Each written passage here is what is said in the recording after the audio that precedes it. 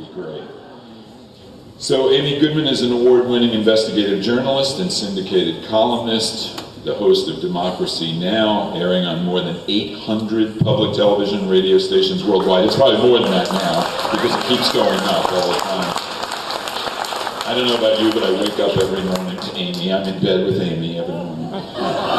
She's the first journalist to receive the Right Livelihood Award, which is the alternative Nobel Prize for, quote, developing an innovative model of truly independent grassroots political journalism. She's the author of 4 New York Times bestsellers. Her latest book, Breaking the Sound Barrier, proves the power of independent journalism in the struggle for a better world. And after this is over, please help escort her to the book store so she can sign books and sell them, because I know you all want to talk to her and give her your business card and things like that, but please help her go over to the bookstore, and please join me in giving a warm green festival welcome to Amy Goodman.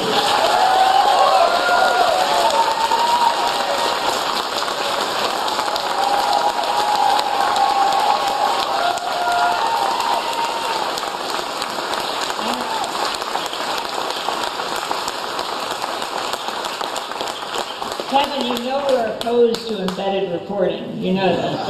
Okay. Well, it's so great to be with all of you today, and to be here in Seattle, also to celebrate community radio like Scan TV. I hope you watch Democracy Now! There. I think it's on something like 4 or 3 times a day. You know, your local public access TV station, of course, KBCS. We were just doing a little fundraiser with them this morning. And KSER and Everett and KSVR, you guys are a hotbed of community media. We not only have to protect all that media, but build it. Independent media is the answer.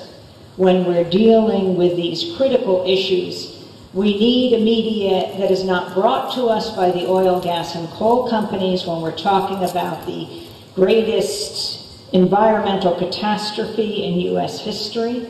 As a result of BP in the Gulf of Mexico. We need a media not brought to us by the weapons manufacturers when we're talking about the expanded war in Afghanistan and to Pakistan, the continued war in Iraq. We need a media when we talk about true health care in this country that's not brought to us by the insurance industry and big pharma. That's why we have to protect our community media.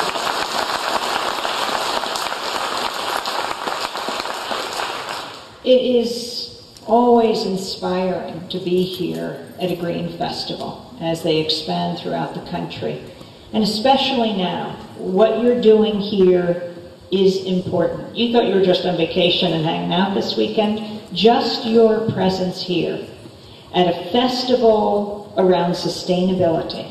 When you look at this catastrophe in the Gulf of Mexico, your presence is profound, it's needed, and critical to the building of a sustainable movement in this country, because that ultimately is what the answer is. We've just come from the Gulf of Mexico. We went there last weekend. It is devastating. Drilling, spilling, and killing from oil wells to oil wars. That'll be the topic of the talk today. Last Sunday in New Orleans, it was pouring rain, but still hundreds of people came out to protest the lack of both corporate and government accountability when it comes to the disaster in the Gulf of Mexico. And one of those who spoke was George Basarich. He was wiped out in Katrina. He's the head of the United Commercial Fishermen's Association. And he got up in the rain in the park in New Orleans, and he clapped 11 times. 4, 5, 6, 7, 8, 9, 10, 11. For the 11 lives lost in the oil rig explosion in the Deepwater Horizon. This, as the CEO of BP said, he wants his life back. Those workers do not have that luxury. or their families.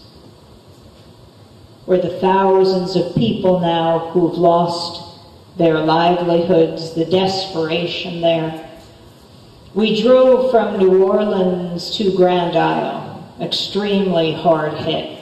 We were meeting with one of the largest seafood fishermen in that area named Dean Blanchard. And as we were driving there, we were going through La Rose as we traveled through the bayous and coastal towns of South Louisiana. And there was this street art. It was two mannequins, a man and a child in gas masks. The man holding a fish dripping with oil, a dead fish. And between them was the sign, "God help us all." We went into the tattoo salon that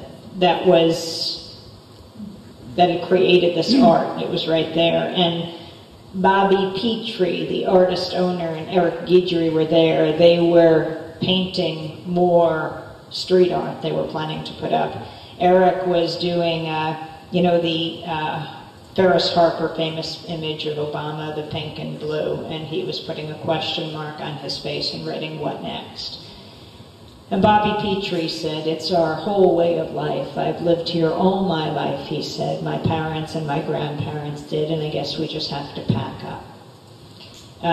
He's a tattoo artist, and he said, when the CEO and the executives in Congress say they will compensate all legitimate claims, he said, "Is tattoo art legitimate? Is he going to reimburse me for my business that has to close?" He said, "I highly doubt it." And yet, he said, when the fishermen are making money, they come in for a little art, and of course the thousands of tourists are coming. That's our business, and it's over. Legitimate claims. They will compensate all legitimate claims. I was having dinner with a federal judge this past week, and I said, "What does legitimate claims mean?" And he says it means that they will litigate these claims to the end of time.